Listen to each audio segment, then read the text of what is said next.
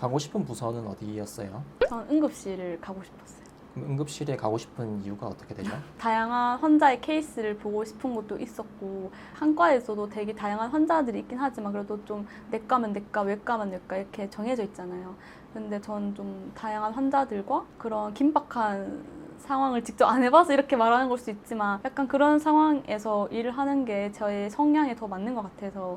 응급실이 좀 다이나믹한 상황도 있지만 네. 단점을 꼽으라면 좀 긴장감이 높고 다양한 과를 보니까 공부량이 많아서 네. 조금 회피하는 경우도 있기도 해요. 네네.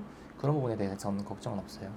솔직히 공부량이 진짜 다른 과보다 많다고 생각은 드는데 그만큼 제가 많은 지식을 얻는 거기도 하고 나중에 어떤 상황이 닥쳤을 때 제가 할 수 있는 것도 많다고 생각이 들기 때문에 지금 당장은 힘들겠지만 나중을 봤을 때는 더 나은 제 자신이 됐을 것 같아요. 근데 그런 과정 중에서 내가 생각했던 거랑 달라서 포기하는 사람들도 많이 있어요. 네네. 포기 안 할 자신 있어요? 그래도 자신 없진 않은 것 같아요. 또 인생을 살다 보면은 뜻대로 되지 않는 경우도 있잖아요. 네네. 만약에 내가 원하는 응급실을 가지 못했다. 네네. 그러면 어떤 대안이 있을까요? 사실 저는 선택권이 없는 선택할 순 없지만 병동이 되면 그 병동에 또 맞게 잘 적응을 해 나가다가 그래도 응급실을 가고 싶으면 로테이션 신청을 해보던가 이런 대안들이 있는 것 같아요. 그러면 로테이션을 신청했는데 네. 만약에 안 됐다. 네. 그러면은 병동에서 계속 일할 건지 아니면 응급실로 갈 수 있는 병원을 찾아놨을 건지. 우선은 병동에서 생활을 해볼 것 같아요. 저한테 오히려 더 맞을 수도 있잖아요. 그러면 계속 다니는 거고 아직까지 응급실에 대한 미련을 못 버린다면 또 그때 가서 다른 병원을 생각해 볼 것 같아요. 병동에서 일할 때 이 정도면 일을 못하겠다 하는 그런 생각한 부분이 있어요? 태움? 아니면 환자와의 일 뭐 그런 거를 생각했을 때 제가 학생 간호사일 때는 욕을 들어본 적이라거나 폭행을 당해본 적은 없는데 제 친구 말을 들어보면 욕도 정말 많이 듣고 그냥 환자분은 때리려고 때린 건 아니지만 이런 몸부림에 많이 맞는다고들 하더라고요. 그래서 그런 상황들이 지속되면은 좀 힘이 들지 않을까. 그런 상황이 오면은 또 체력을 키울 수 있잖아요. 네. 그런 생각은 없어요? 그래서 저 헬스 하고 있어요. 환자를 제압하기 위해서. 제압은 아니고 제 몸을 보호하기 위해서. 밸런스 게임 한번 해볼 텐데 네. 한 가지. 가고 싶은 부서인데 월급은 250. 네.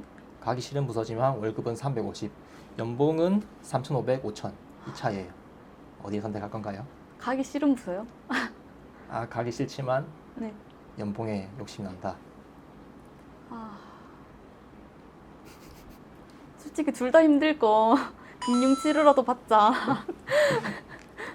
간호사에 대한 인식이 궁금한데 간호사에 대해 어떻게 생각하세요? 저는 되게 프라이드가 높죠. 제 직업이기도 하고 제가 4년 동안 열심히 해온 걸 제 자신이 알고 제 주변 친구들도 그렇게 해왔기 때문에 엄청 저는 간호사에 대해서 자신감도 있고 어디 나갔을 때 직업 물었을 때 간호사라고 하면 아직까지 간호사 아니지만 뿌듯함을 느낄 것 같단 말이죠. 간호사 면허 있잖아요. 네네.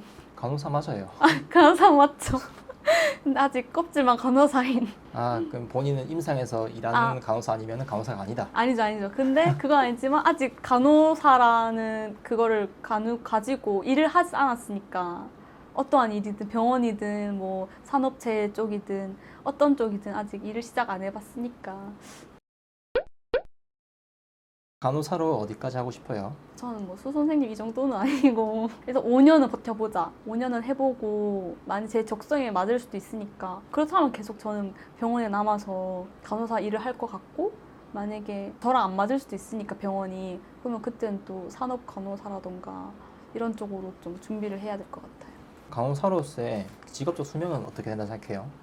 점점 갈수록 짧아지는 것 같은데 평균 2, 3년이지 않을까 싶어요. 그러면은 만약에 5년 동안 다녔을 경우 네. 본인은 얼마나 더 일을 할 수 있을 거라 생각해요? 어느 정도 제가 익숙해져 있고 저한테 맞으니까 5년 동안 버틸 수 있다고 생각 들기 때문에 5년을 일을 했으면 큰 이변이 없는 이상 병원에서 일을 하지 않을까. 3교대 근무는 어떻게 생각하세요? 아무래도 수면 패턴도 그렇고 몸의 패턴이 다 바뀌는 거잖아요.